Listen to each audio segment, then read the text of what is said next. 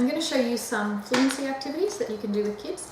So this is when they already know these words, they know how to read these words, how to write these words, but you want them to be more fluent at it. You want to really write those words on their brain, make sure that they've got them solidly there and can do it quickly and easily without thinking too much about it. So to start with, I get a deck of cards and we can do different activities reading through these. So this is the double E makes the E sound. My first thing that I often do for fluency is what I call beat the clock. And some kids get surprisingly engaged with this. It can become their favourite part of the lesson. It's better than the games and everything else because they get this sense of accomplishment when they beat the clock. And how this works is I get a list of however many words I think is going to be not too painful to read, maybe take a minute and a half for them to read. And I show it to them and they just have to read it to start with. So they're going to read these words to me. And then when they're finished, we put them down. We say, do you think you can beat the clock if you do it again? Now, before you do it again though, we're going to do brain training. So this is brain training. Brain training is when I read it and then you say it after me. But you've got to keep your eyes on it as you do it because that's how you train your brain. Okay, so I say beat. I say beat and they say beat. I say squeeze and they say squeeze. Tree, street. Okay, so we do that for brain training.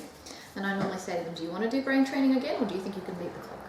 So whichever one they want to do. When they want to do it again, they reckon they can beat the clock. They go through again. And we start the clock. Oh, we timed it the first time. Now we're going to do it again. We start the clock again and they have to read them through again and see if they can get a faster time than they did last time. And they 9 times out of 10 do, and it's very exciting when they get a faster time.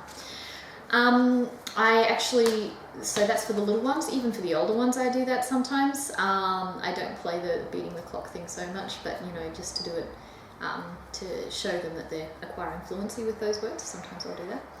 Another version of this, and sometimes I'll give kids the option, is I'll say, oh, instead of beat the clock, sometimes this is a bit quicker because you only have to do it 2 times as well. And I'll say, now the first time through we're going to do brain training.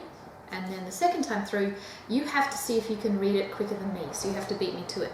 But the trick is, I have to read it through the card. So I hold it up to them like this, and I'm reading, I can see through the card, and they have to see if they can read it before I can read it. So they're going sp, and I'm going speed.